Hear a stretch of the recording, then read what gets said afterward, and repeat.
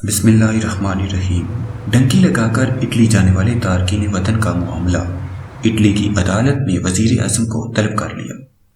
Video کی تفصیل میں جانے سے پہلے نئے آنے والے دوستوں سے گزارش ہے کہ پہلے ہمارے چینل کو سبسکرائب کریں اور ساتھ میں بیل کے نشان کو دبائیں۔ اس ویڈیو کو لائک کرنے کے ساتھ ساتھ کمنٹ باکس میں اپنی قیمتی آراء سے ہمیں ضرور آگاہ کریں۔ اطالوی عدالت نے تارکین وطن مخالف رہنما اور سابق وزیر داخلہ ماتیو سالوینی کے خلاف کیس کی سماعت شروع کر دی ہے۔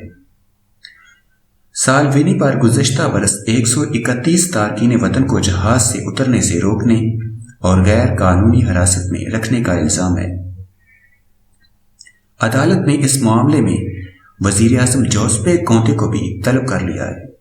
تفصیلات کے مطابق سابق وزیر داخلہ ماتیو سالوینی تارکین وطن کے اغوا سمیت دیگر الزامات کے مقدمے میں پہلی بار ہفتہ کو عدالت میں پیش ہوئے، تاہم جج نے فوری طور پر ان کے خلاف کارروائی شروع نہیں کی اور قرار دیا کہ پہلے کیس کے قابل سماعت ہونے کا فیصلہ کیا جائے گا۔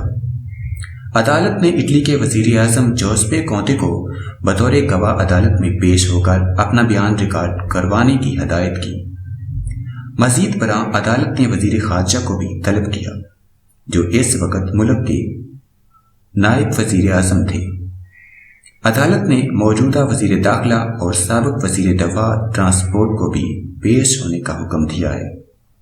سماعت کے بعد میڈیا سے گفتگو کرتے ہوئے سابق وزیر داخلہ ماتیو سالوینی نے کہا ہے کہ انہوں نے اٹلی کا تحفظ کیا تھا اور انہیں اس پر فخر ہے۔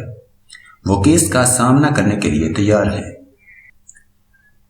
خیال رہے کہ اطالوی سینٹ نے 141 کے مقابلے میں 149 ووٹوں کی اکثریت سے سابق وزیر داخلہ کا اسٹیٹس ختم کرتے ہوئے ان کے خلاف گزشتہ برس اگست میں 131 تارکین وطن کو لانے والا NGO کا جہاز روکنے پر مقدمہ چلانے کی منظوری دی تھی۔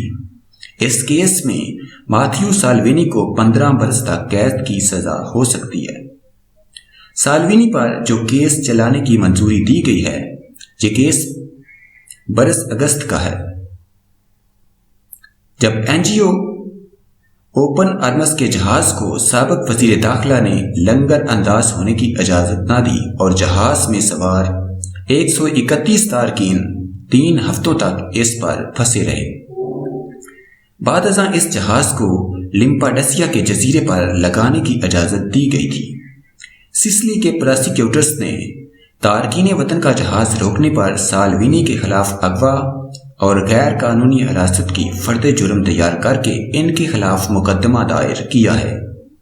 ماتیو سالوینی نے اپنی 14 ماہ کی وزارت داخلہ کے دوران سالوینی نے متعدد بار تارکین وطن کو لانے والی کشتیوں اور NGOs کے جہازوں کو اٹلی میں لنگر انداز ہونے کی اجازت دینے سے انکار کیا، جس پر یورپی یونین سے بھی ان کا تنازع ہوا تھا۔